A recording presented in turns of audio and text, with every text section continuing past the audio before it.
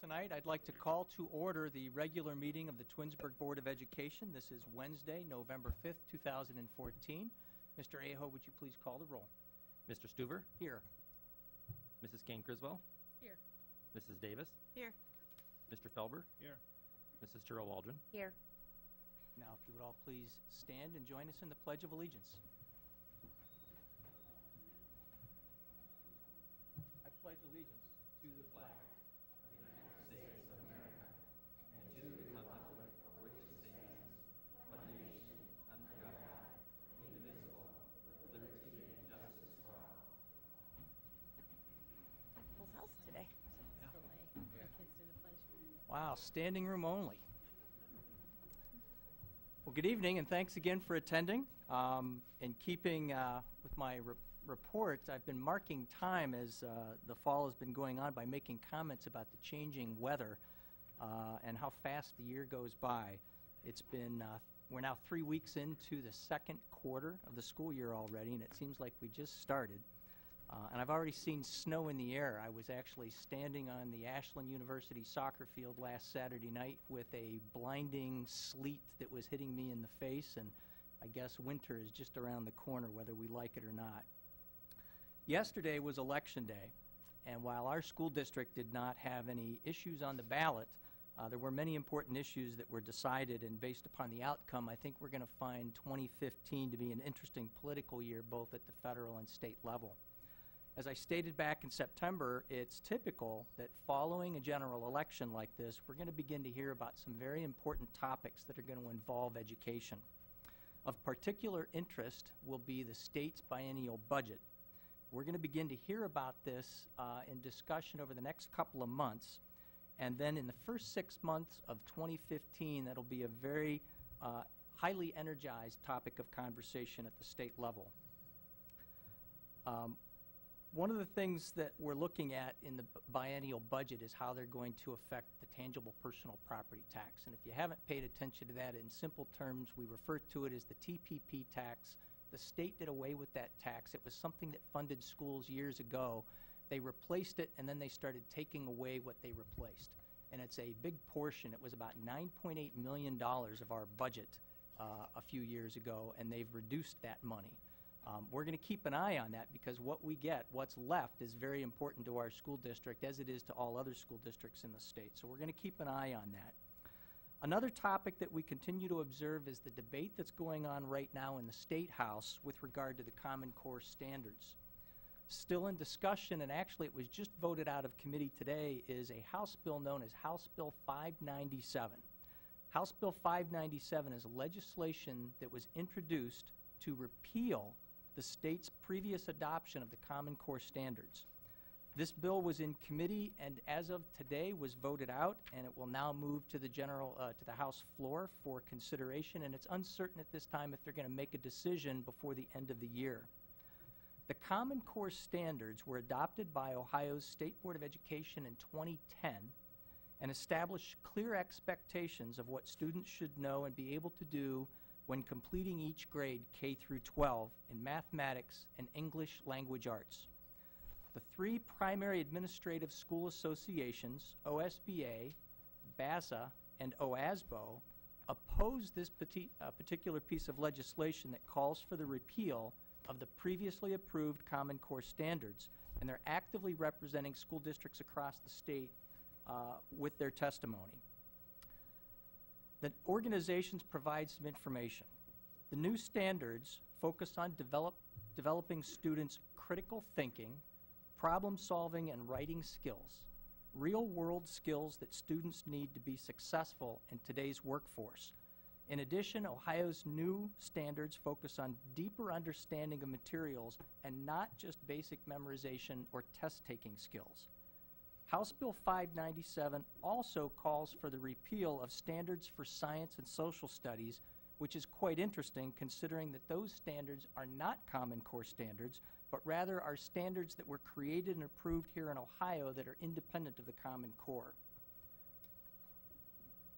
The three administrative organizations have stated that the best understanding of what works in the classroom comes from teachers who are in them, and that's why these standards establish what the students need to know, but do not dictate how the teachers should teach.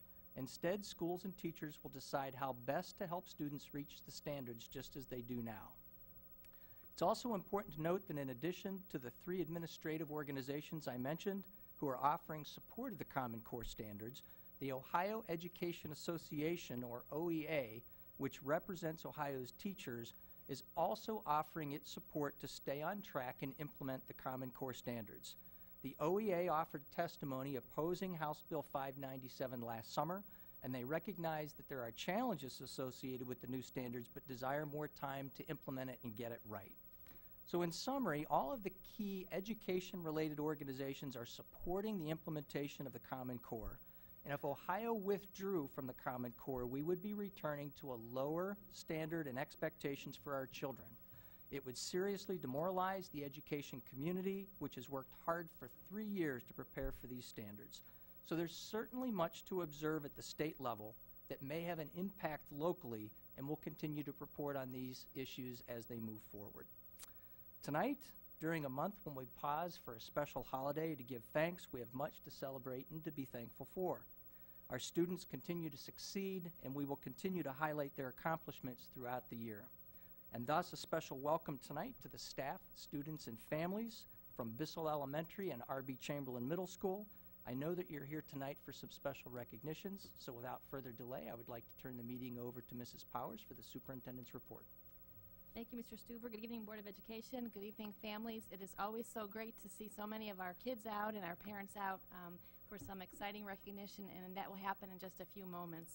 Mr. Stuver, I just wanted to extend what you said about House Bill 597 and the Common Core. It is my understanding that should the Common Core be repealed, what would happen is that the Ohio Department of Education would adopt Massachusetts standards from 2009 for the next couple of years and then give us 3 years to create our own new standards. It seems as if we should have a plan in place which is current and progressive and not go back in time and implement standards from another state. So I support the Common Core here in our school district. I'm very grateful to hear that that is going on at the state level. The other thing I want to bring to our community's attention is something that I have on my superintendent's message from October, and that's talking about House Bill 629. You know, we have made quite a stand about the amount of time that we are now currently testing our kids. And House Bill 629 would also limit the time schools spend testing children. Just this past week, and I think I mentioned this to Mr. Stuver when I met with him on Friday, State Superintendent Ross asked all superintendents in our state to provide to the ODE information for a spreadsheet that indicated how many hours we're spending not only testing kids but in test preparation. And I have to tell you that it's way over the 3-digit mark for all of our grades. It is a lot of time that we spend in preparation. We want our kids to be well schooled and well prepared and to test well and not have a lot of test anxiety. But I'm very interested in hearing the end result of House Bill 629. I have heard lots of things about the PARCC assessment. We are ready to roll with PARCC. Our computer labs are now just about ready finished. And we have professionally developed our staff, and I believe that we are as ready as we can for a new assessment here in town. But I just am very concerned about the amount of time that these new assessments will require our students to be taking both online and paper and pencil tests. So we will see what happens down in the state. As you know, Board of Education, I had a personal conversation with Senator Faber, the President of the Senate, just about a month ago, and he knows my stance on the whole PARCC assessment and the amount of time that we're spending with assessing our kids. So I, of course, believe in assessment if it's going to be formative and it's going to be used for the day-to-day instruction of children.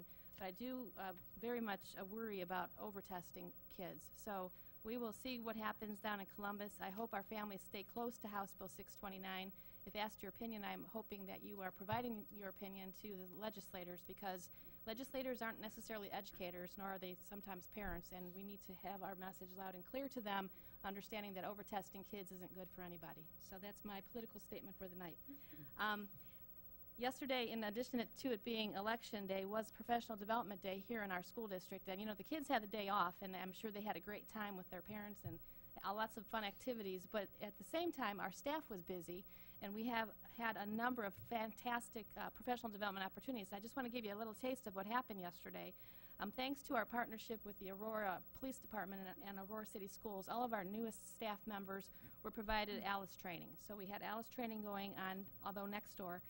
We had our STEM grants professional development for teachers at R.B. Chamberlain and teachers at Dodge that was hosted at the Cleveland Clinic in Twinsburg. We appreciate their hospitality and always letting us use their facility for big professional development opportunities.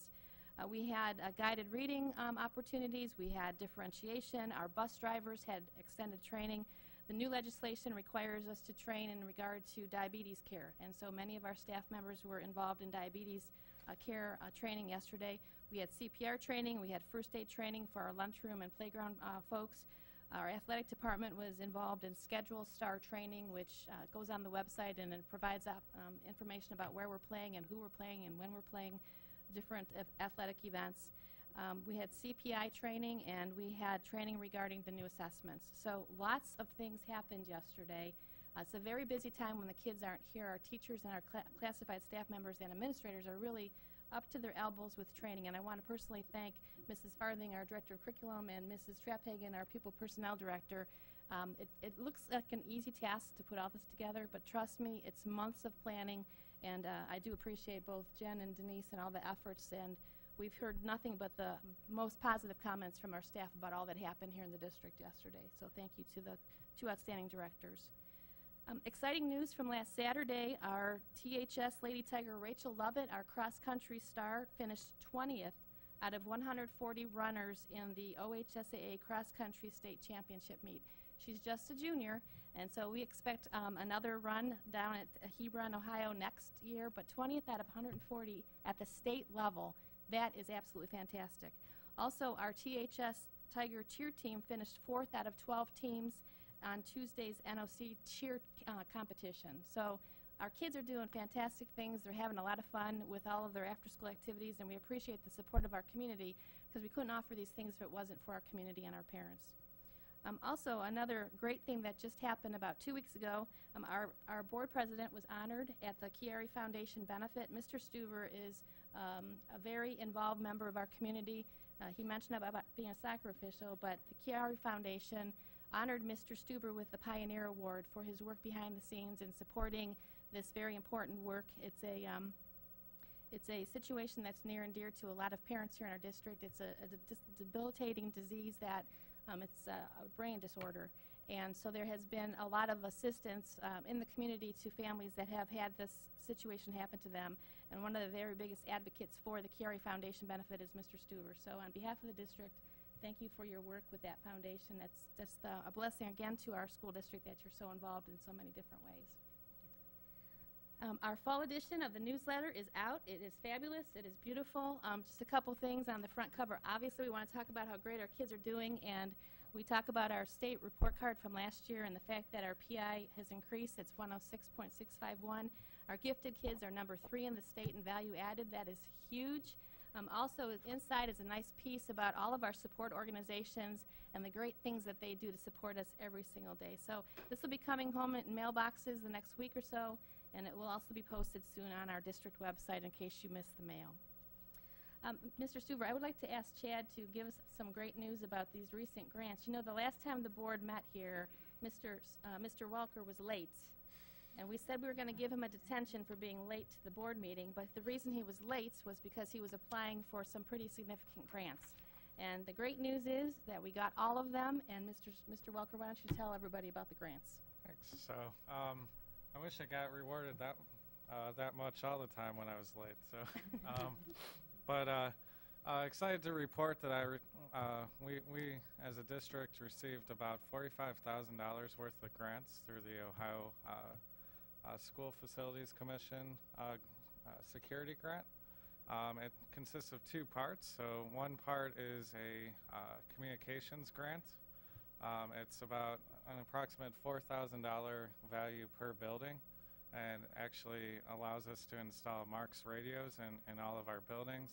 Gives us a direct line of communication with our first responders. So that's going to be installed in each of our buildings through the grant, 100%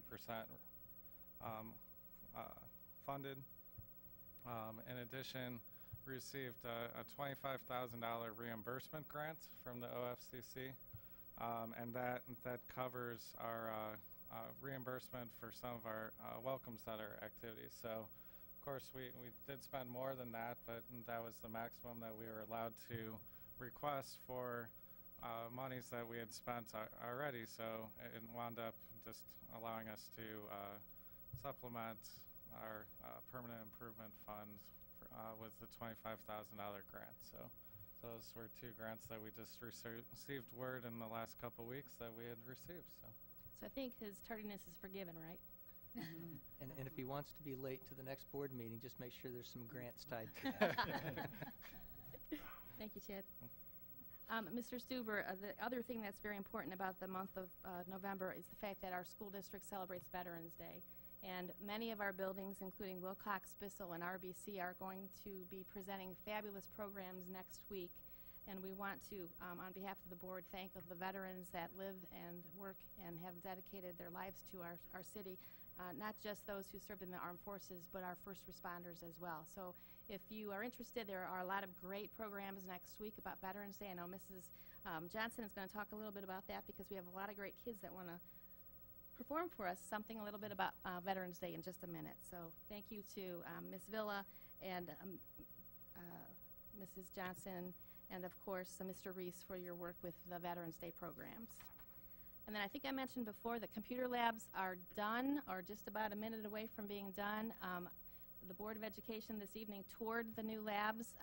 You are going to be so excited when you see the new labs community. We took the old locker rooms out of Dodge. It is now a two-part computer lab with small group assessment rooms in both. And then also the old wood shop at the high school is also now two computer labs and has all the bells and whistles and all the things that you need to be successful in the 21st century. So we're delighted. Chad's done an outstanding job.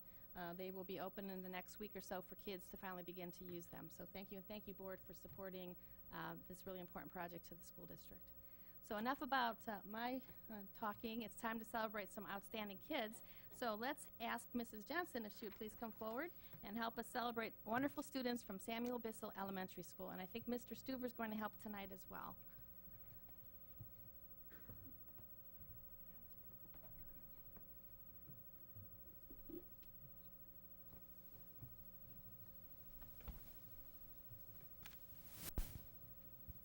So at Samuel Bissell Elementary School, we have this great program called Students of the Month.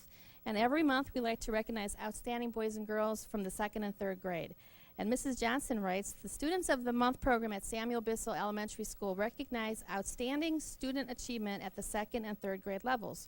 The focus of this recognition program is on citizenship, academics, social, civic, volunteer, or other accomplishments that set these wonderful students apart from their peers. So we'd like to proudly acknowledge the following students. And boys and girls, when you're invited up to the front, you want to make sure to shake hands with Mr. Stuver. He's our board president, and Mr. Stuver has a nice pin for you. And then Mr. Welker is our director of business services, and he's going to help you get positioned up here on the stage. And of course, then Mrs. Johnson wants to shake your hand and give you a hug, because she's very, very much delighted that you're here this evening. When your name is called and you say hi to all these important people, please stay up on the stage, because when we're all said and done, everyone wants to clap for you. Plus, I know your moms and dads probably want to take a nice picture of your recognition this evening, okay? So let's start with the 2nd grade. From Miss Jolly's class, we have Emily Dieck.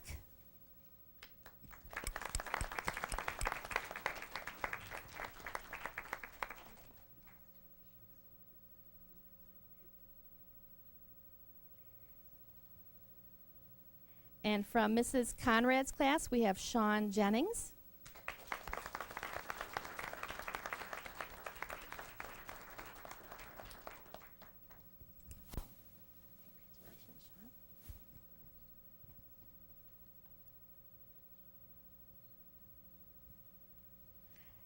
And from Mrs. Rowetter's class, we have Amelia Wolf.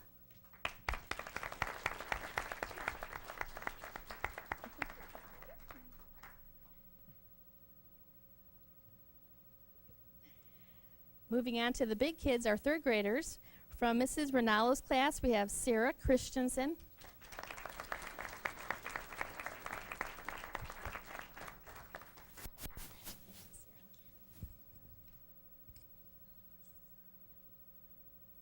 From Mrs. Haas' class, we have Ellie Holsworth.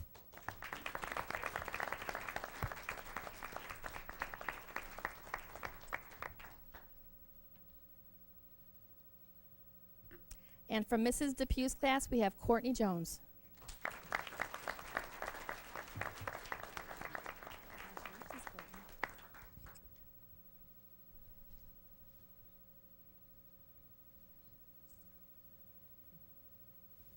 Please join me in congratulating these wonderful students of the month.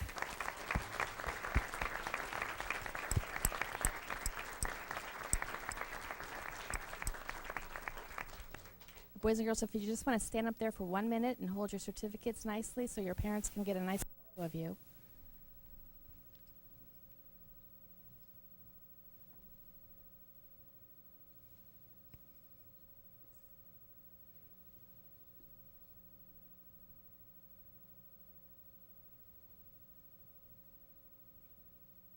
All right, thank you very much. You may be seated.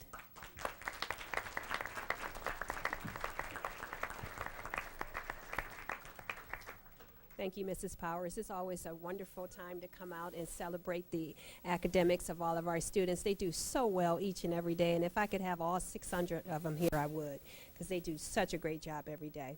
But we also recognize our staff members as well. Without our staff, we would just be lost. They guide us every single day. They work with our kids. They keep the classroom safe and organized and structured, and because of that, our kids are able to perform. So tonight, we're going to recognize Mrs. Doyle.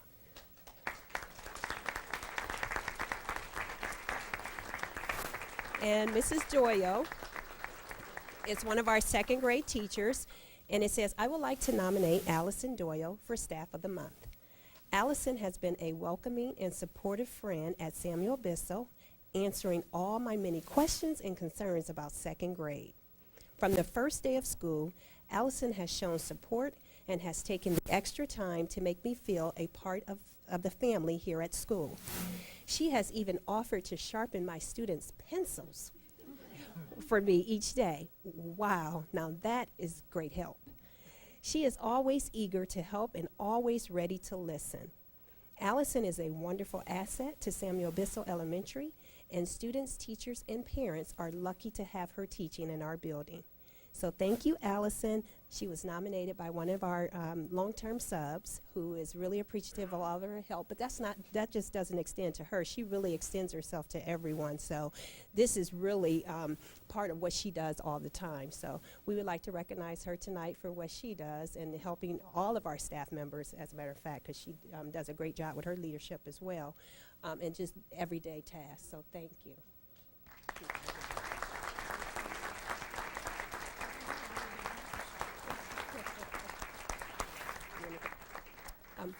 At this time, I would like to have Mrs. Thomas come up to the front. Mrs. Thomas is one of our music teachers, and she has done actually a wonderful job with our Veterans Day program. She came to me 2 years ago and she said, Mrs. Johnson, I would like to do a Veterans Day program. She said, I want to start small, she said, but I would like to expand over time. So last year, she started with just a couple of classrooms, and this year, she took on the role of taking on the entire third grade. So I'm very excited about what next November 12th will bring for us. I know it's going to be a wonderful program as it was last year. And we're real excited about showing off a little bit tonight. This is one of our third grade classes, and Mrs. Ronaldo. Stand up, Mrs. Ronaldo. This is Mrs. Ronaldo's third grade class, and they're very excited to share with you tonight. So, Mrs. Thomas, I don't know if you wanted to just say anything? Not to put you on the spot. It's okay.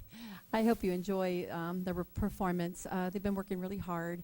I'm really excited about this year because it is all the third grade, which is a big challenge.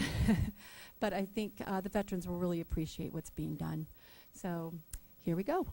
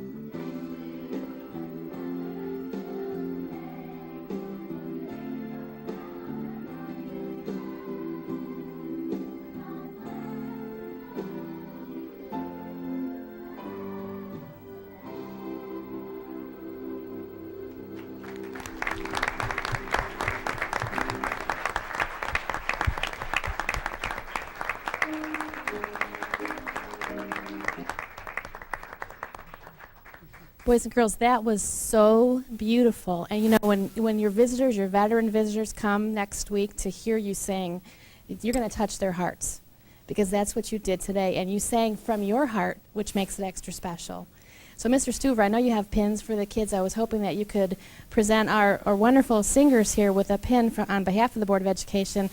And Ms. Thomas, thank you very much. I know that this takes a lot to put together a program with all 300 third graders, but it is fabulous, and I know it means a lot to the veterans in our community, so thank you very much.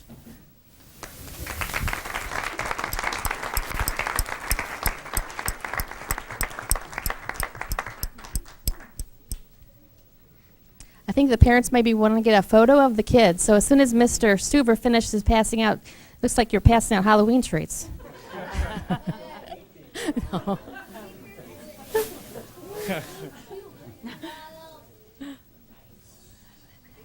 All right, board, if you wanted to stand behind them, that might be a nice photo opportunity for everyone.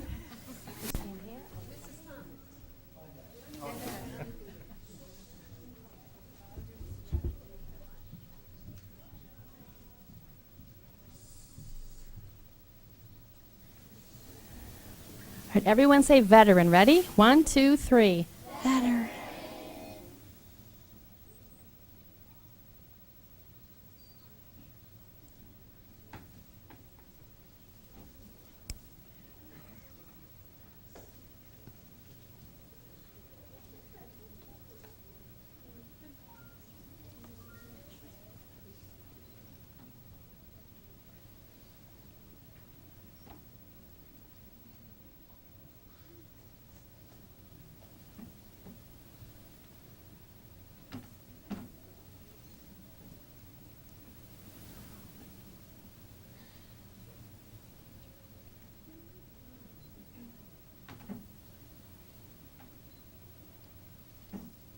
All right, one more round of applause for our wonderful young singers. Thank you very much.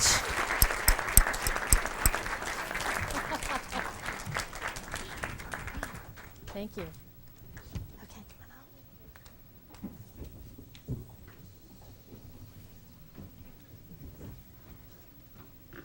all right, we'd like to ask Mr. Reese to please come forward, and we'd like to recognize some outstanding students of the month from R.B. Chamberlain Middle School. Mr. Reese writes, students receiving the honor of Student of the Month are recognized for meeting all 6 of the criteria listed below. Each student has to meet all 6 criteria in all of their classes as the grade level teams decide upon 2 boys and 2 girls to be selected from each grade each month. And the criteria include: these wonderful students show respect and consideration for others, show enthusiasm for academic and extracurricular activities, exert a positive influence on their classmates, exhibit leadership characteristics, exhibit patriotism and democratic principles, and show responsibility in completing their assignments on time. So the following students have been selected this month by their respective teaching teams at our middle school. And boys and girls, you know how this goes. Come on up. Please shake hands with Mr. Stuver and Mr. Welker, and of course Mr. Reese. Mr. Reese has a great certificate for you. And then please remain in front of the table until all of your friends have been called this evening, so we have a nice photo opportunity for your parents too. So for the month of October, our 7th grade students of the month include Samantha Gunn,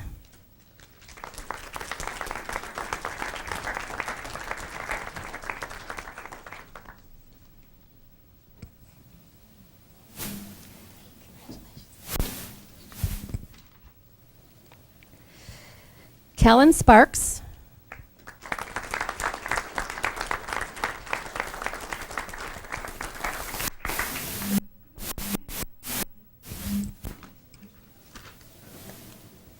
Emerson Schneeman,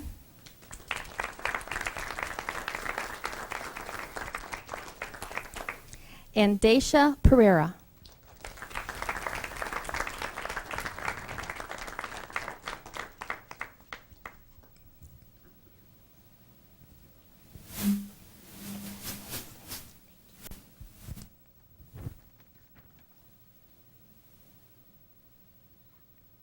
Moving on to our 8th graders, we have Surav Bambra,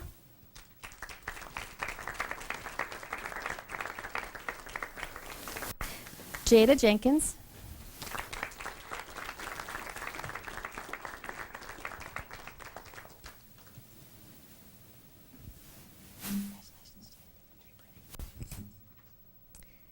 Naya Bussey.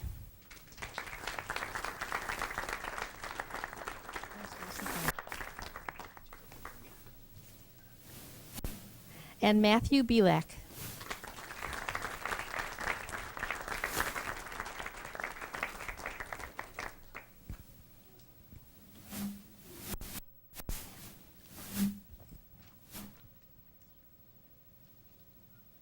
Please join me in congratulating these outstanding students of the month from R.B. Chamberlain.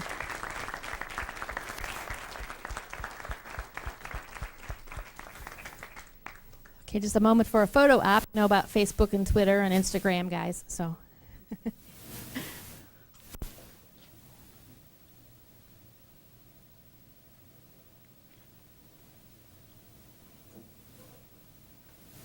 All right, thank you so very much.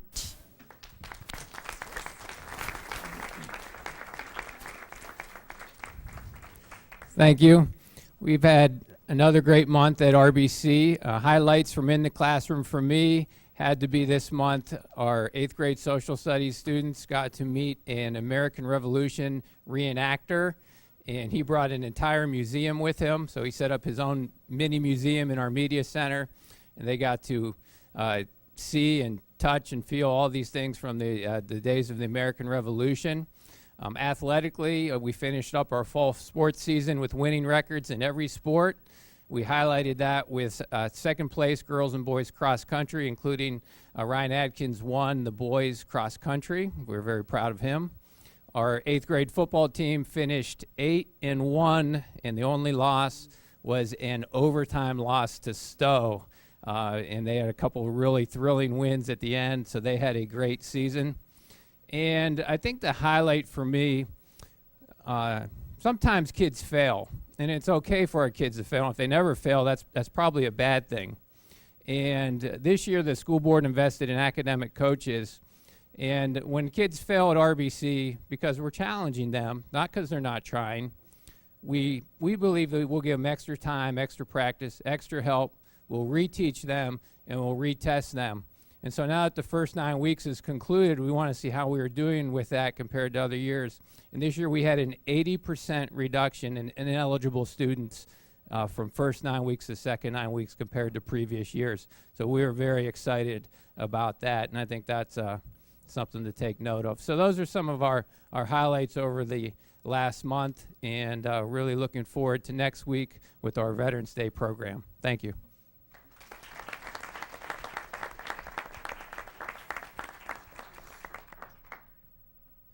That concludes our report for this evening. Thank you, Mrs. Powers. Ladies and gentlemen, if you'd like to stay for the meeting, you can, but if you need to get home to take care of homework, now's the time to go.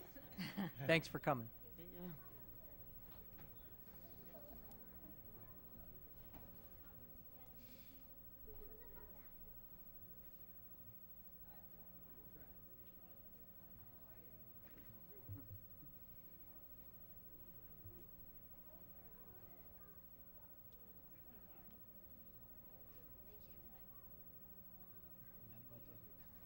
And they're all gone.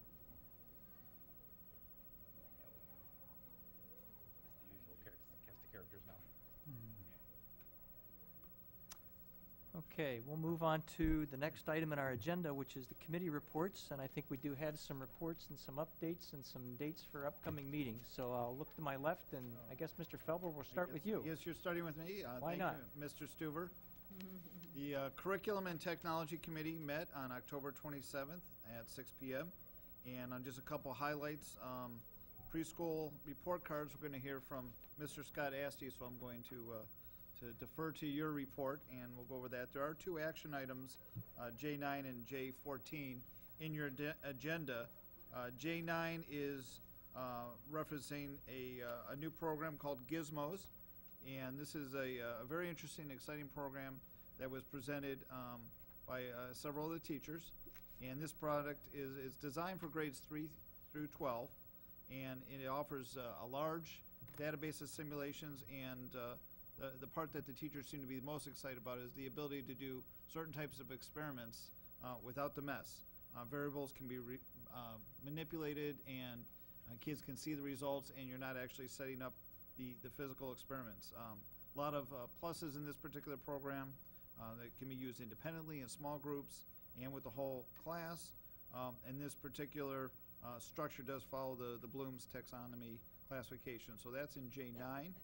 And some new materials in item J14, third grade science.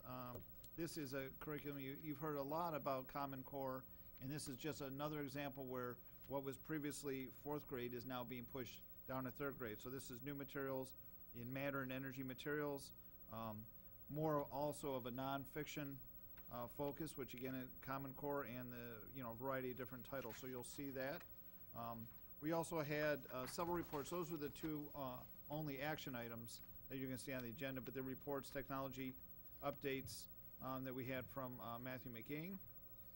We talked a little bit about a parent partnership matrix that was presented, and a lot of different updates on Common Core and various grants and so forth. So our next two dates, should you want to mark your calendar, is February 2nd. Is that Groundhog's Day? Yeah. Okay, so we're going to do that meeting several times. And then March 30th as well. So those are the next two dates, 6 p.m. at RB Chamberlain.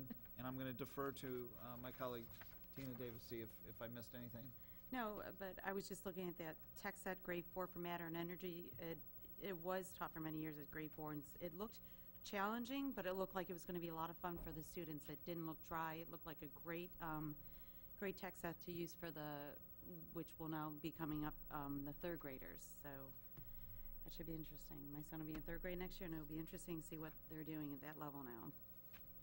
So again, curriculum and technology, and thanks to Jen Farthing, who also gave us several different updates on Common Core, and leads that great committee. It's one of the more energetic. You get about 30 or 40 people in the room talking about curriculum. A lot of good questions back and forth. So we hope to see more people at that meeting as well. We also had a finance committee meeting, and this was actually just yesterday. We had a couple topics we were discussing last evening. The big topic, of course, was the 5-year forecast update. I don't think that there were a whole lot of surprises on this particular forecast. Currently, we're forecasting revenues of in the neighborhood of $42 million this fiscal year, and expenditures of approximately $43 million. So we're at this point forecasting deficit spending of about $1 million for this year. The good news, of course, is that we do have the cash reserve that will be able to supplement our revenues with, so that we we'll be able to meet those obligations. I think the key observations from this particular forecast. And again, it wasn't terribly surprising, but we still, are forecasting a loss of any remaining tangible personal property taxes that we have enjoyed in the past. And we are, the revenues are fairly flat, the property tax revenues.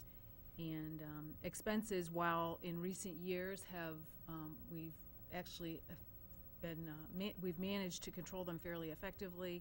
In the next coming years, we will start to see some incremental increases.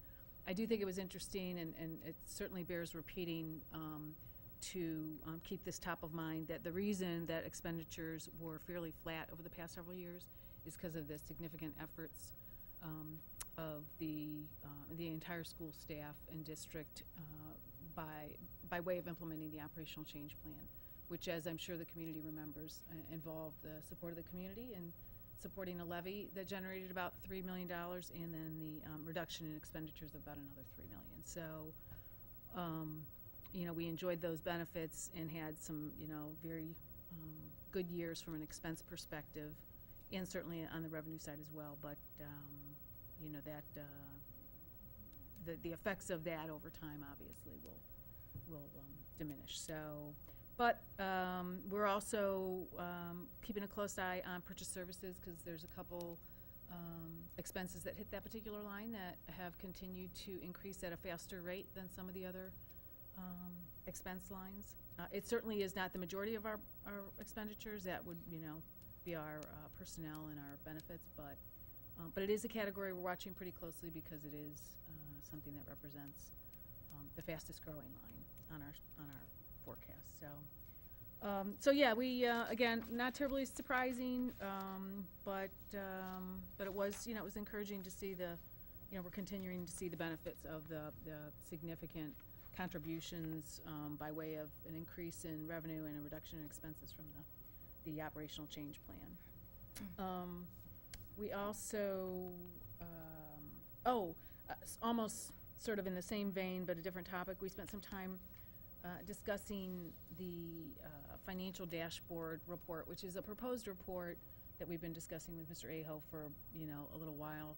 And it's the spirit behind the report is to give a perhaps more frequent snapshot to the board of key measurements of our financial health and stability that, it's a little bit easier to digest perhaps than the 5-year forecast. We were tossing around some ideas. Mr. Aho is going to put something together, but very high level key measurements such as per pupil spending, year-over-year trending with some of the larger expense categories such as salaries and benefits, perhaps this purchase services that we were just discussing, and then also some key revenue measurements, perhaps the TPP and the property tax. So he's going to pull a draft. Mr. Aho is going to pull a draft together, and we'll review it and make some recommendations around that. So I think that covers it, Mr. Stuver, unless you would like to add anything. Oh, good summary. Okay. Thanks. And that was it. Thank you. Kathy, did you have anything or announcements? Just as far as athletics goes, the athletic council will be meeting on the 13th of November. I believe we decided on 5 o'clock, correct? And that will be at the high school in a large group room. So that is going to cover a lot of different information. So like I said, November 13th. Also, as far as athletics goes, we have had, as they brought up, we've had some good success with a lot of our programs. So we're very fortunate to have going in the direction we are. So we're going to have some discussions and all our way. Correct? Yep, absolutely. Policy date? Policy, we just set a date for Tuesday, December 2nd, 8:30 at central office. And that's 8:30 in the morning. Yes, yeah. Okay. We're still there at 8:30 p.m. Come get us. Based upon the stack that I saw Mrs. Based upon Powers the putting envelope together, that you might- we may very well be there. Yeah. Okay. That'll be the first of several meetings based on that. Okay, any other committee reports tonight? If not, then we'll move on in the agenda, and Mrs. Powers, I'll return it back over to you for the administrative reports. Thank you, Mr. Stuver. If you've been paying attention to what's been going on in education in Ohio, you know the importance of our preschool program has grown exponentially. And in fact, our enrollment has been growing as well. You know that I sit on the groundwork committee at the state level, and that talks about high-quality preschool for all kids. And so there's a lot of interest in preschool programming, not just in our school district, but also at the state level, making sure that all children have the best opportunities. Well, in our school district, of course, our preschool is at Wilcox Primary School, and under the responsibility of Mr. Scott Asti, the assistant principal at Wilcox, there has been a lot of work going on behind the scenes this school year in developing a standards-based report card that is similar to our kindergarten report card, but really gives our parents a lot of information regarding our youngest tigers. So we're going to ask Mr. Asti to come forward this evening to present to the community a little bit about how we got to the place of this important report card, some of the feedback that he has received from our parents and our staff, and what are some next steps with regard to the report card. So welcome. So glad that you're here, Scott. Thank you, Mrs. Powers, and Board of Ed and Mr. Stuver. You're exactly right. All the legislative change and initiatives from the state level definitely are impacting our educational system, and overall, I believe, very positively. We worked with Ms. Villa, Ms. Farrow, Ms. Ryder, and Ms. Turpak, preschool teachers, and Wilcox principal to come up with the preschool report card that's being proposed. And when we did this, we looked at the Common Core, a lot of the new initiative and that language surrounding the Common Core. This year, they rolled out the preschool early learning assessment, which is very similar to the KRA, the kindergarten readiness assessment, and it is given to the students at the beginning of their preschool career at that school year, and then at the end again to sort of see the growth that they've had throughout the time. Step Up to Quality is a huge statewide initiative. It has not come to Twinsburg City Schools yet, but it is anticipated for the next school year to be implemented. There's a lot of change regarding that and sort of structuring that's being ironed out at the state level yet before it comes into fruition for us. The early learning and development standards are probably one of the most influential pieces that are affecting our preschool program, and I'll get into that in just one moment. But all of these are really developing age-appropriate standards for students age 3 and 4, and then 4 to 5 in 2 separate grade level bands. With this, there's this huge emphasis on the whole child development, where it's no longer solely about math or reading, especially at this developmental level of ages 3, 4, and 5. They're looking at the social-emotional development of a child. A lot of students develop at very different rates. Some, excel in one area sooner than others, and so this development of the whole child is very important. How each child approaches learning, their cognitive development, and their general knowledge, and that includes such areas as the mathematics, the science, and the social studies. Language and literacy development is huge, as you know. It sort of structures and sets the foundation for their entire grade level career, as well as their physical well-being and motor development. And these are all those standards in that early learning and development standards adopted in 2012. The previous reports that the preschool teachers were given to our families, they were mailed home quarterly, and it functioned in a contained system. So the preschool teachers created an Excel document with the standards, and they would communicate that. That information was never really available to be passed on to the kindergarten teachers and on to the grade levels. Also included in that was a very helpful handwritten narrative. And that's what the older report card looked like, where you could see it has those domains on the left, the literacy, math, social, emotional development, some of the same components that you see there. The proposed preschool report card that we'd like to implement is definitely standards-based, where it measures the child in the continuum of learning throughout the entire year. It is based off that early learning and development standards that were adopted in 2012. One of the most important things is that it's accessible through Progress Book. So the teachers have already access to Progress Book. That's how they take their attendance and EMIS reporting and monitor students with IEPs and various special needs and accommodations. But now this added component will allow them to evaluate the students, and the parents have access to that as well. Like I mentioned, it does measure the whole child and is aligned to flow directly into the kindergarten and first grade report card and standards. And you can see here, it looks very similar to that kindergarten and first grade report. A closer up look on this side, you have the language arts domain and those various skills being assessed, followed by motor development. This area is a little bit more lengthy because, as I mentioned, it does monitor that whole child aspect of development. Going on to math, and then all the how it evaluates is the same with the plus system, the check plus and minus. And then this is the second page. We did send this out at the end of the first quarter. The teachers hand wrote in the scores with the comment down in the first quarter box asking for feedback from the parents to report back to the teachers to see sort of what their thoughts on this were. A couple of the comments we received from the preschool teachers was that the report card is easier to use. They like that it'll be accessible through Progress Book, a tool that they're already using, and it is a solid unified standard-based report card. Some of the feedback from the parents: I now understand what my child is learning and doing in preschool, which is a great comment. It's very easy to understand and it's easy to read, and I think those are very positive statements from our community regarding the report card. Upon adoption of this report card, a couple things we'd like to see is to work with Carol Freehoff in the technology department to work with Progress Book to get it implemented into the framework. With this, we'll need to draft a letter to the parents explaining what the standards-based report card is, how it measures the end of the year standard, and it's on a continuum throughout that entire year. Work with our building EMIS coordinators to make sure all that information is lined up for our data reporting system with Progress Book, and the parents have access.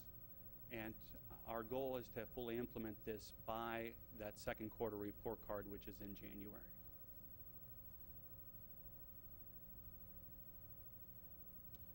So at this time, Board of Ed, does anyone have any questions or comments regarding our proposed preschool report card? The only comments I have is, I like how it flows well with the kindergarten and first grade report cards, where there's boxes that are shaded out. The parents can see that, well, they're not being assessed on this right now, but coming up in second grading period, third grading period, they're going to be assessed on this, and they can kind of project what they're going to be learning throughout the year, and I think that's a plus. And that really is great. One of the things we considered is the amount of shading. If you look at the kindergarten and first grade report card, there's a lot more shading as the students develop their skills. With this report card, because it is more developmental, we left it a little bit more open. It's a little more work for the teachers to assess everything each quarter. However, it really does show our parents a continuum of that growth that their child endures. Yeah. Very nice. Thank you. Very good. If there's nothing else, thank you for your time and consideration in this. Thank Thank you. you, Mr. Ms. Bowers. Thank Uh, you. Thank you, Scott. Board of Education, what we would like to do is at the next board meeting on the 19th of November is to present a resolution to you to formally approve the new report card for preschool. Actually, there's two. There are three. The one for grades are ages 3, 4, and the other one for 4, 5. And so you will see the resolution on the next report card. I just want to publicly thank Scott. That is a lot of work and a lot of coordination with teachers and parents and administrators, making sure that all the I's are dotted and T's are crossed. Scott, that's a great job. Thanks for your leadership, and thanks for the collaborative efforts that you have given to our school district in the short time that you've been here, only a couple months, and he's making great strides at Wilcox. I know Ms. Villa really appreciates his assistance at her building. So thank you very much. Good stuff, thank you. Okay, I think we're to Mr. Aho tonight. Just a second here to get the slideshow set up.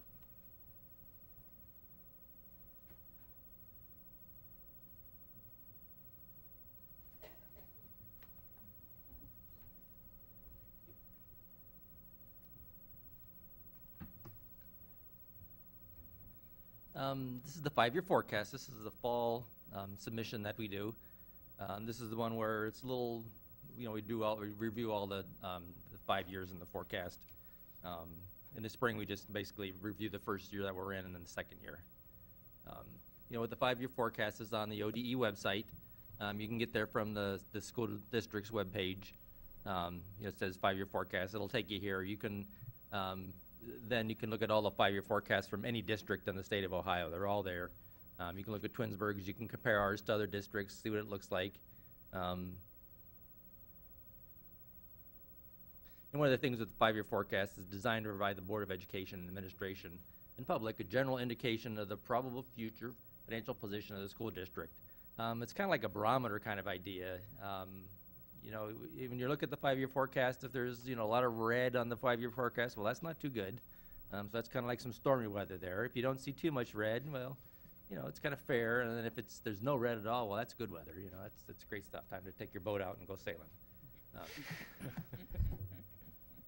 The one thing with the 5-year forecast too, it's a living document. We just don't make this 5-year forecast and then put it in a drawer. I mean, it's a dynamic document. Things are always happening. Things are changing. We've heard the discussion with ODE, what they're looking at coming up in their next biennium budget. We never know what's going on out of Columbus. And it's the same with us as it is for any large corporation. If you look at the Wall Street Journal or any kind of business publication, Citigroup adjusts third quarter 2014 financial results. And down below shares of 3D Systems fell Wednesday. And then, it just talks about all the different things that go on in these companies. And, all these companies with their, CEOs making millions of dollars and their accounting departments that are, Ivy League guys coming into their accounting departments. And, they're still making adjustments too. So, anybody that has a perfect forecast, it would be pretty amazing. Lucky guess, I would think. This is the 5-year forecast. I'm sure everybody can read it, but if you can't read it, you can, of course, go on the ODE website and actually download your own copy. The one thing with the 5-year forecast is there's some red in there. But fortunately, we've had this fund balance that we're kind of hanging on to. And the fund balance will get us through some of this stormy weather. And then we have to make decisions. There has to be decisions made on what to do, moving forward. How do we address that negative balance, coming up? One of the issues that was touched on earlier was the tangible personal property tax. If that goes away, of course, that red line is probably more apt to look to that level of red. If they decide not to phase out the tangible personal property tax, well then that'll reduce that red number. May even go away. Who knows? So you don't know what they're going to do in Columbus. Also, too, they're talking about some of the other monies that flow. There are dollars that come in, which are the homestead and rollback dollars. The state controls those. They've been kind of chipping away at those a little bit. So any public entity that passes a levy, they're no longer going to support that levy with their homestead and rollback. So the homeowners aren't getting the deduction that the state kind of promised years ago when they instituted their income tax. When they instituted the income tax back in, I think it was the 70s or 80s, they promised that they would give homeowners some relief on their real estate taxes, and well, they forgot about that. So one of the things that we use as a really measure of how we're doing in our district is our per pupil expenditures. Excuse me. This is what we're pretty proud of. We were able to kind of hold down those expenditures and actually still provide a pretty good education for the kids. We're below the state average and below similar districts. If we were to be just at the state average, that would probably be like another $4 million that we would have on our funds. So it's just something that's, we were able to hold down our expenditures. We're very aware of the community and trying to keep our tax levies, as minimum as we can. So we're not just out there every time you turn around, looking for levies. We really justify that and look very hard at any kind of additionals that we're after. This is the tangible personal property tax. This is kind of what was alluded to a little bit earlier. Back in 2004, when there was the tangible personal property tax, which is kind of up in that left-hand corner, it was $9.8 million. Well, that's kind of, that's gone. There is no more tangible personal property tax, but the state, with their CAT tax has given us, the reimbursement on that. And eventually that's going to go away. The reimbursement right now is $6.2 million, and that's eventually going to be phased out. Hopefully they'll change their mind and not do that. That's one of the things that we're kind of concerned about. But we just don't know what the state's going to do. This is kind of a graph on how that looked. The yellow is the tangible personal property tax. You can see how that's gone away. There is no more tangible personal property tax. And then the state had the CAT tax to kind of reimburse us there. So we've lost actually $3.6 million because the state has taken that money away from us. So that's something we have to work with. That's the realities of school funding. The state's not going to give us any more money, so we just have to kind of do it on our own, moving forward.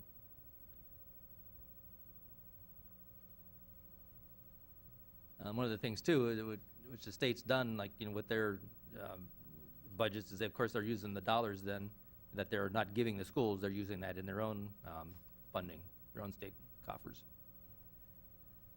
This is one of the other things that we have to deal with too. Is Columbus is always changing their mind. They get new legislators in there and that don't have the history and of what's gone on in the past. Since 2010, there's been 4 state-enacted school funding models, and these models are changed immensely. It's not just like a tweak and a change a line or two. I mean, there's been significant changes. So back in 2010, there was the SF3, and then that changed into the PASS, and that changed into the bridge, and there's currently the SFPR. Also, through this time change, they've also been changing the calculations on the phase-out of the tangible personal property tax. Another thing that schools deal with is House Bill 920, which is put into effect quite a while ago. It caps the tax that districts receive.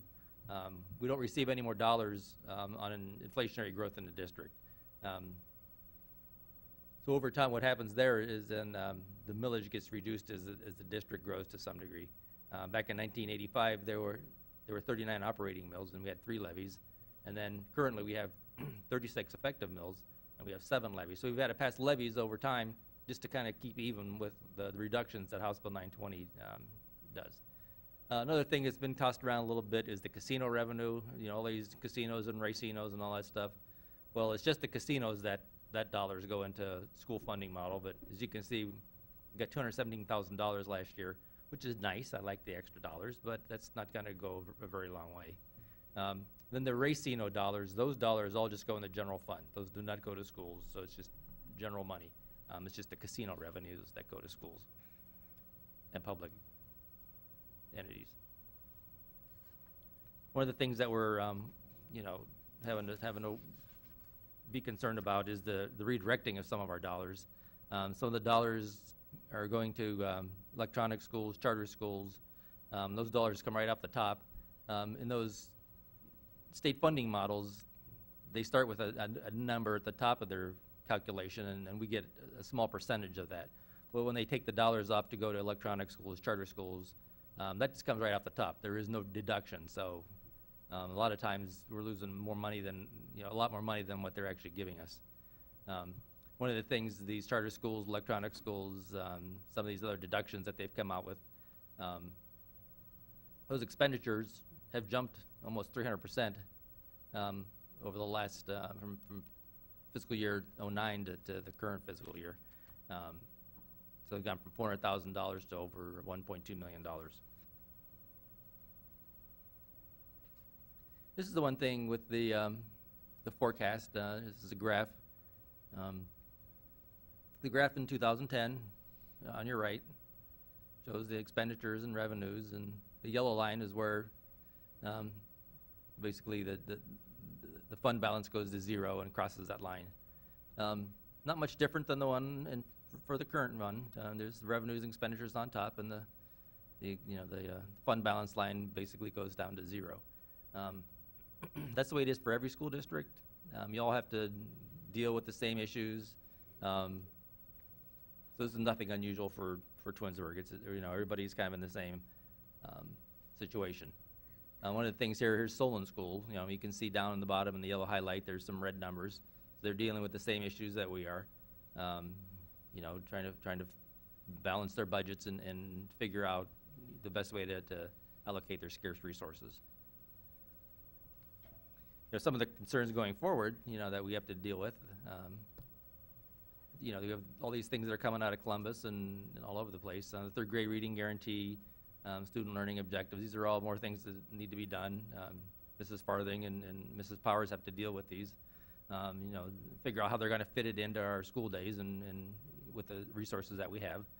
Next generation assessments, the expanding the opportunities, the academic opportunities with AP courses, dual credits, PSEO, interventions. Some of the things that were the student funded are now the state's telling us that we have to fund those issues.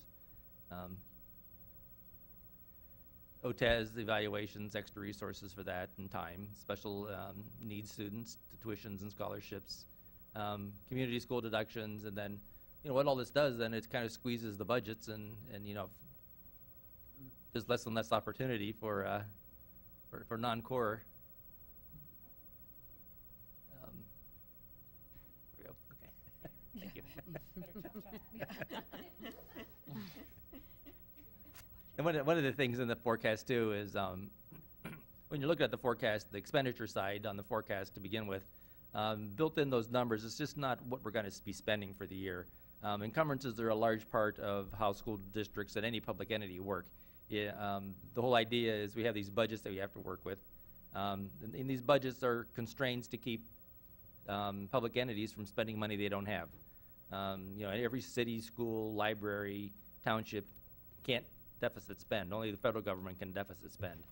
So we have to keep within our means, and that's one of the ways that there are the encumbrances. So when somebody wants to purchase something, they first have to do a purchase order and asking, if there's funds available for that. So that when, you look at our expenditures, built into those expenditures is enough room for the encumbrances. So it kind of has, this is what was actually spent and this is what is on the line to be spent. So those numbers then on the 5-year forecast are a little higher than where they'll be at the end of the year, mainly because of the encumbrances.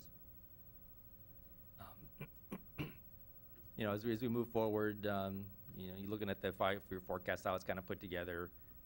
You know, we take the data from the prior years and we kind of trend that out forward. You know, we got the fiscal year 14 results, and we kind of use those moving forward. You know, some of the new requirements, we also built those in. You know, what are we going to need for, you know, resources to kind of make some of those things happen. Other things that we look at are the health care. The Affordable Care Act, you know, how's that going to affect us? We're in a consortium that has many, many lives in it, over 10,000. It's a big consortium. And when they have a good year, they actually don't charge us, you know, they'll give us a premium holiday and not charge us for one of the months, or it's not 2 months. And actually 1 year it was up to 3 months where they didn't charge us our premiums. So that's a nice thing. We can't always count on it. Usually we get one, but sometimes you never know. So we kind of look at that. So sometimes, you know, 1 year is better than the next, and a lot of that's because of just the consortium and how they're operating and how their experience is. The other categories, there's purchase services, which is, you know, the tuition deductions, utilities, nursing, OTPT kind of services that are in their legal services. Supplies and materials are the other line item. Educational materials, bus fuel, tires, things, you know, that we need in the buildings. And then also, like, and the bottom of the expenditures are the debt service. We have a few debt issues out that run through the general operating, which are the 264 projects.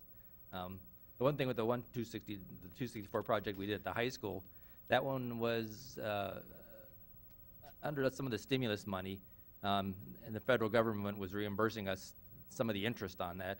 Well, as the federal government's been making some cutbacks, they've been reducing their reimbursement to us. So, you know, it's one of those things that's kind of, we got that loan for almost zero interest, and now it's up to like about 1% interest on that loan. Not a lot of money, but that's just one more thing that, you know, gets put into these calculations. So, that's pretty much it. I'd like to thank everybody for their interest, and then this is my basic last slide. You know, with the 5-year forecast, and I kind of like, you know, the idea of the Garmin here, or whatever your navigation device. You know, we don't know what's out ahead, and this is what we have to do. You know, you have to be prepared. You have your navigational device there. You're ready to go. You set your course. But as you set your course, you know, things happen. There's a detour. You never know. Some crazy stuff. So we're always recalculating, you know, just like when you're Garmin, you're driving along, you turn down the thing, and it tells you it has to recalculate. So that's what kind of like the 5-year forecast. You just can't set it and forget it. You know, it's not one of those things. We're always looking at it and readjusting our course. So that's it. Thank you, Marty. Thank you, Mr. Aho. Thanks.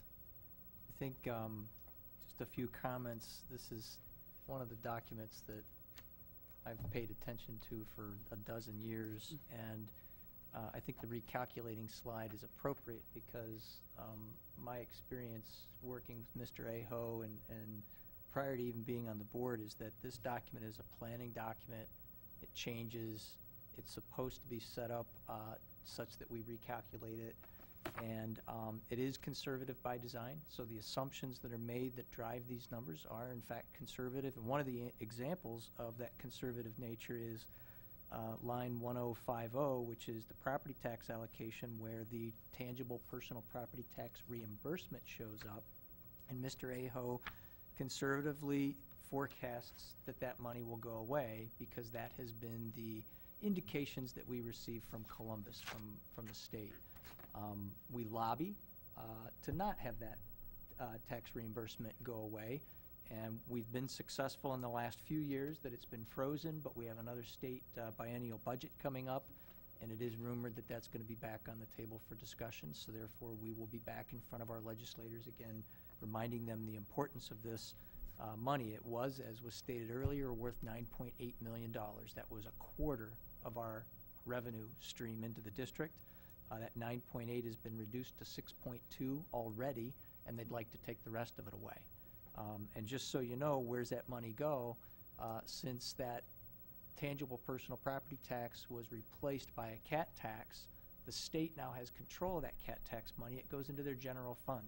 And they've determined that a portion of that will be used to reimburse the school districts for the loss of that TPP, but only for a period of time, and then they're going to reduce that reimbursement. That money that they reduce from the schools just goes back into the state's general fund. I understand that the state legislators have a tough job too, and they've been dealing with, over the years, budget deficits, but I would prefer that they not take it away from the public schools to do that. The other thing I wanted to highlight was the graph. And thank you, Kate. Yeah, I'm proud of that graph. I think Mr. Aho stole the graph. I borrowed it. I But borrowed it from you. It's a I was great, suggesting renaming it. it's a great graph. Star diagram. And I did, a couple of years ago, do a comparison of 8 districts, and I used that graph for the comparison, and they all had the same graph. And it wasn't surprising, but some board meetings ago, I think I presented that, and if you look at the one in the lower right, it basically shows a forecast of expenses slowly rising, revenue dropping off, and then the yellow line is your cash reserve that goes away. And everybody, all the school districts have the same picture, and where the cash reserve hits 0, it's just a matter of time. The school districts are at different places on the graph, but it's the same picture. So all school districts across the state are dealing with the same problem, trying to push that yellow line out to make their cash reserves last as long as possible. Twinsburg does have a very healthy cash reserve, and that's because we made some very significant changes over the years that I've been on the board. It started with just freezing of positions when people retired, and we did not replace them. And then the operational change plan, and all of those budget operational changes, if you look at the top left graph, are reflected where the cash reserve stays flat. And that is a reflection of the work that we've done over the years to try to maintain some fiscal stability. However, there's only so much you can do, and at some point in the future, you know, your utilities go up. Even though we're doing a House Bill 264 project, those expenses are going to climb. Your salaries and benefits, your health care are going to go up a little bit, and those lines are going to look like the upper left. So it really does come down to keeping our eye on the ball and recognizing that we have to continue working hard to push that line out to the right. So I did want to just make those comments because this is obviously something that I think is important for the board and the key administrators to stay on top of. It's not a particularly exciting topic that people like to talk about. Just because Mr. Aho and I get kind of geeky about it with spreadsheets at the board office doesn't mean everybody else likes to talk about it. So, Mr. Aho, I will continue to bug you about this stuff, and I know other board members have questions. So keep us informed. I appreciate your diligence to this matter. So, anybody else? Okay. Thank you. Thank you very much. Okay, Mrs. Powers, I think we're to the end. Do you have anything else under the administrative report title? I do not, thank you. All right, thank you very much. Next on the agenda is remonstrance. I do not have any blue cards, Mr. Aho or Mrs. Powers, no blue cards for remonstrance tonight, as is our precedent to have people who wish to speak to the board. Just as a reminder, we ask that they fill out the blue cards that are found in the lobby and present those to the treasurer before we get started. Next on the agenda then, under agenda item H, we've had the treasurer's report, and now it's time to act on the recommendations. And without objection, I will read together items H1, 2, and 3 together as consent agenda.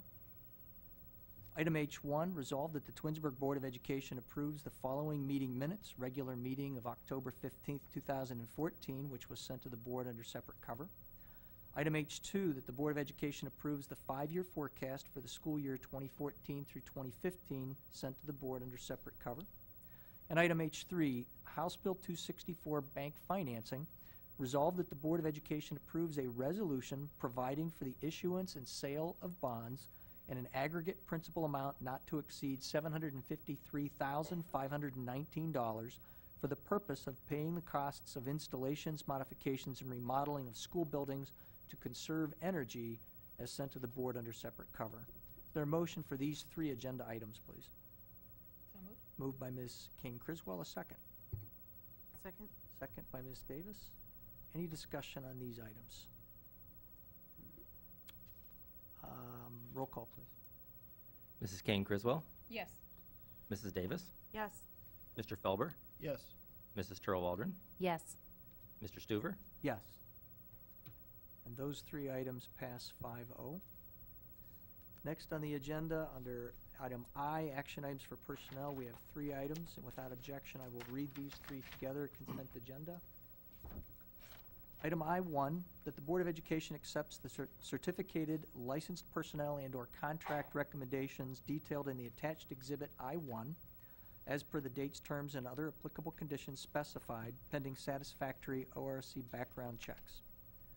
Item I-2, that the Board of Education accepts the classified personnel and/or contract recommendations detailed in the attached Exhibit I-2 as per the dates, terms, and other applicable conditions specified pending satisfactory ORC background checks. And item I-3, that the Board of Education accepts the supplemental contract recommendations detailed in the attached Exhibit I-3 as per the dates, terms, and other applicable conditions specified pending satisfactory ORC background checks. Is there a motion for these 3 agenda items, please? So moved. Moved by Mr. Felber, a second. Second? Second by Ms. Kane Criswell. Discussion for these items. Roll call, please. Mr. Felber, Yes. Mrs. Kane Criswell, Yes. Mrs. Davis, Yes. Mrs. Stroh Waldron, Yes. Mr. Stuver, Yes. And those 3 items pass 5-0. Under new business, I would like to read together consent agenda items J1 through J12 without objection from my colleagues. Action item J1, that the Board of Education approves a proposal for overnight extended student trip to Camp Fitch for the 6th grade students at the Dodge Intermediate School, leaving on May 21st, 2015, and returning May 22nd, 2015. The cost of the trip is being paid in full by the students. The trip request was sent to the board under separate cover. J2, the Board of Education approves a proposal for overnight extended trip for the 8th grade students at R.B. Chamberlain Middle School to Washington, D.C., leaving on May 27th, 2015, and returning on May 29th, 2015. The cost of the trip is paid in full by the students, and the trip request was sent to the board under separate cover. J3, that the Board of Education approves a proposal for overnight extended student trip for the Twinsburg High School Show Choir to compete in the Ada Show Choir Invitational in Ada, Ohio, leaving on November 8th, 2014, and returning on November 9th, 2014. Again, the cost of this trip is being paid in full by the students, and the trip request was sent to the board under separate cover. J4, that the Board of Education approves an Educational Service Center of Cuyahoga County Interdistrict Service Area contract for the 2014-2015 school year. This contract provides for the following services: 1 orientation and mobility trainer for up to 10 hours. This is for special needs students, sent to the board under separate cover.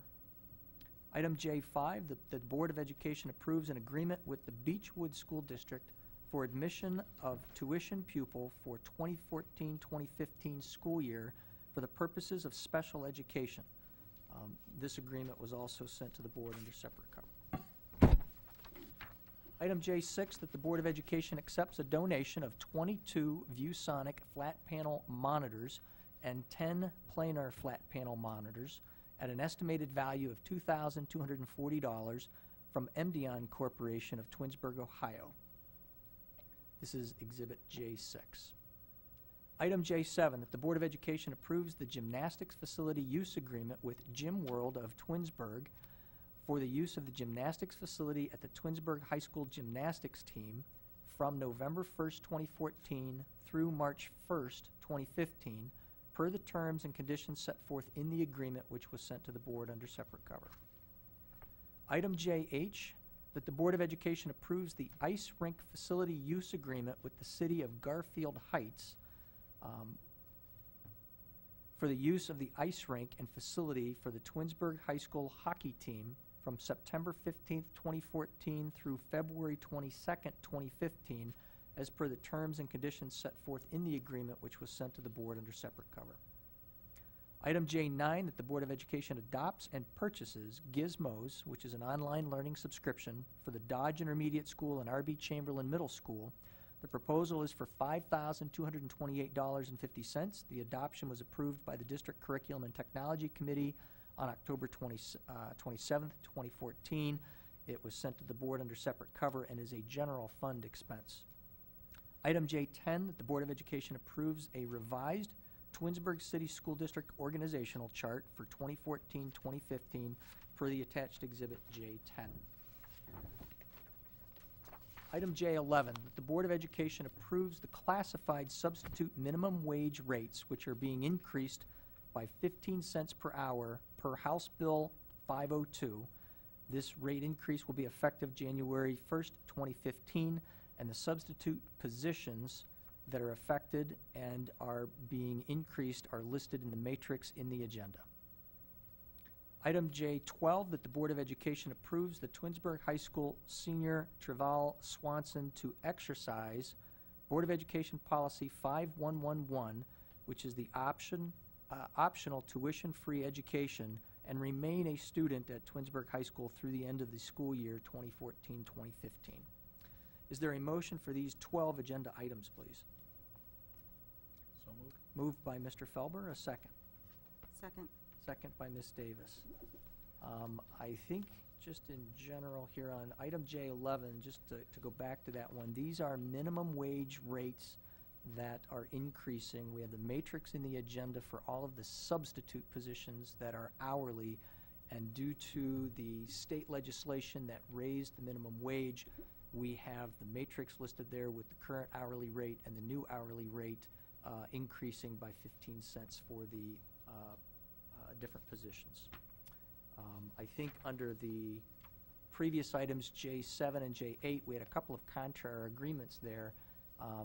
The dollar amount is not listed in the motion, but is in the contracts that the board received. The gymnastics facility use agreement is, I believe that number was $4,000, and the hockey time is $14,355, and part of that is being paid for by the parents of those students, and a portion of these expenses are built into the pay-to-participate fees as well. So, any other comments on these agenda items? Do you know, how many hockey players approximately do we have any idea? I'm just curious. 20? We don't know. Yeah, we have approximately 20 hockey players. Okay, so, And what I understand, Kathy, is that there was some additional ice time that the parents had requested that we built into the year, built Right. into the total fee, and then that was part of the calculation for pay to participate. Mhm. And then on top of that, there was some additional ice time, if you will, and it amounted, I think, Mrs. Powers, to about $4,000, and the It's that parents. 4,300 amount. Yeah. That's correct. When we looked at the pay-to-participate fees last year, initially, the board wasn't paying as much for the ice time, and the board decided at the last school year that if we were going to have a hockey team, then we need to support the ice time. The extra $4,300 is for preseason, as for extra time at the request of the parents. So that's different than the amount of time that we need just to have ice time for the kids to compete and practice.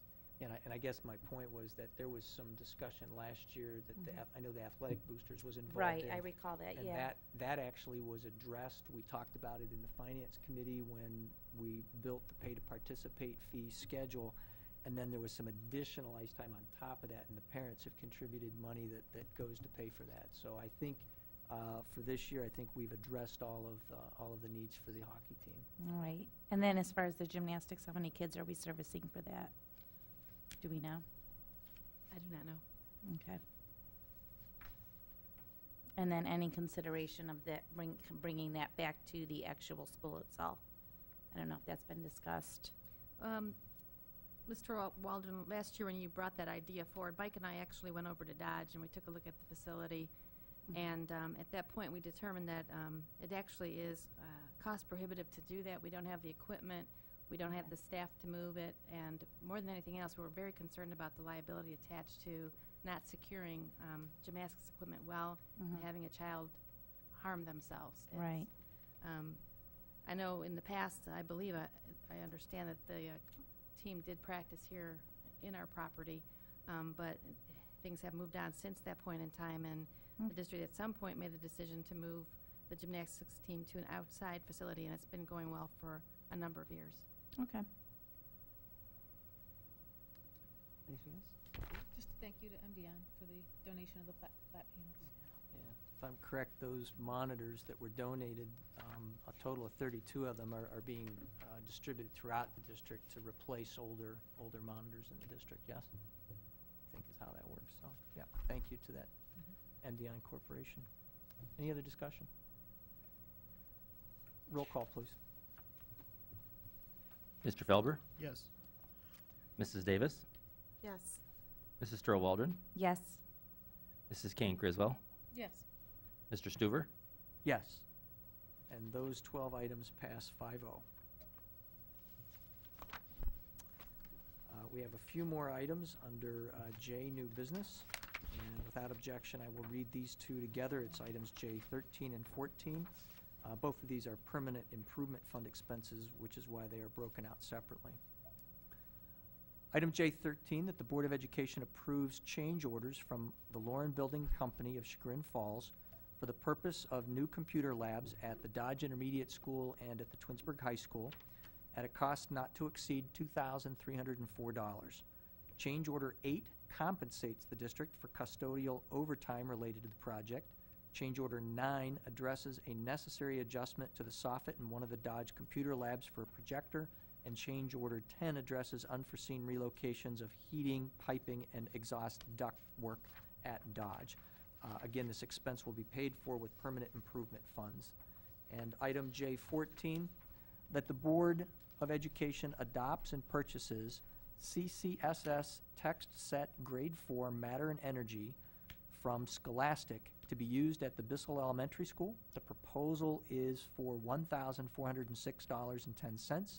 The adoption was approved by the District Curriculum and Technology Committee on October 27th, 2014, and the purchase was sent to the board under separate cover, and this is a permanent improvement expenditure. Is there a motion for these two agenda items, please? So moved. Moved by Ms. Davis, a second? Second. Second by Mr. Felber. Any discussion on these two items? Roll call, please. Mrs. Davis, Yes. Mr. Felber, Yes. Mrs. Turl Waldron, Yes. Mrs. Kane Criswell, Yes. Mr. Stuver. Yes. And those two items pass 5-0. Bringing us now to miscellaneous. Is there anything from the administrators or my board colleagues under miscellaneous tonight? Very good. We do have need for an executive session. I will make the motion that the Board of Education enters into executive session at 8:30 p.m. to consider the employment of a public employee and to consider the discipline of a student and employee as per Board of Education Policy 0166A. Is there a second for this motion? Second. Second by Ms. Kane Criswell. And just a note, there will be no board action taken following this executive session. Roll call, please. Mr. Stuver, Yes. Mrs. Kane Criswell, Yes. Mrs. Davis, Yes. Mr. Felber, Yes. Mrs. Turl Waldron. Yes. That motion passes 5-0. The board will now move to executive session. I would like to thank everyone who stayed for attending tonight. Thank you.